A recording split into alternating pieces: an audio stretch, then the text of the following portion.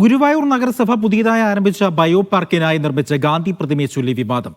ഗാന്ധിയെ അപമാനിക്കും വിധമുള്ള പ്രതിമയാണ് നിർമ്മിച്ചതെന്നാണ് ആരോപണം.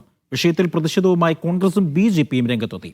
പ്രതിമയിൽ മാറ്റങ്ങൾ വരുത്തുമെന്ന് നഗരസഭാ ചെയർമാൻ M. കൃഷ്ണദാസ് പ്രതികരിച്ചു. ഗുരുവായൂർ നഗരസഭയ്ക്ക് കീഴിൽ കോട്ടപ്പടിയിൽ ആരംഭിച്ച ബയോ പാർക്കിൽ സ്ഥാപിച്ച ഗാന്ധി പ്രതിമയാണ് തർക്കങ്ങൾക്ക് കാരണം. മുൻ നഗരസഭാ കൗൺസിലറും ശില്പിയുമായ സ്വരാജാണ് പ്രതിമ നിർമ്മിച്ചത്. കണ്ണട ധരിച്ച് വടിയൂന്നി മഹാത്മാവ് നിൽക്കുന്ന രൂപത്തിലാണ് ശില്പത്തിന്റെ നിർമ്മാണം. എന്നാൽ ഗാന്ധിയുമായി ഈ ശില്പത്തിന് യാതൊരു ബന്ധവുമില്ലെന്നും ശില്പത്തിലൂടെ രാഷ്ട്രപിതാവിനെ അപമാനിക്കുകയാണെന്നുമാണ് ആരോപണം.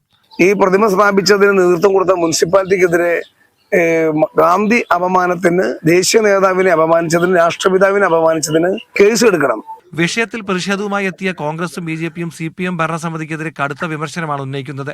കഴിഞ്ഞ ശനിയാഴ്ച നടന്ന ബയോ പാർക്ക് ഉദ്ഘാടനത്തിലാണ് പ്രതിമ അനാച്ഛാദനം ചെയ്തത്. ഉദ്ഘാടന പരിപാടിയിൽ തന്നെ കോൺഗ്രസ് ഇക്കാര്യം ചൂണ്ടിക്കാട്ടിയെങ്കിലും കലാകാരന്റെ കരവിരുതെന്ന് വ്യാഖ്യാനിച്ച് വിമർശനങ്ങളെ അവഗണിച്ചതായും ആരോപണമുണ്ട്.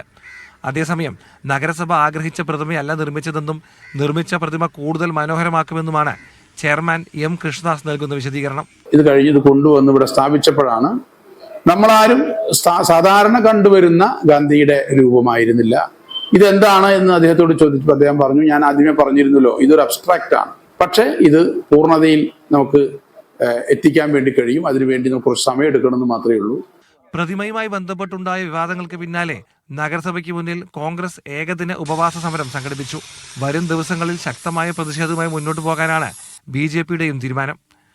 മീഡിയ 1 തൃശൂർ.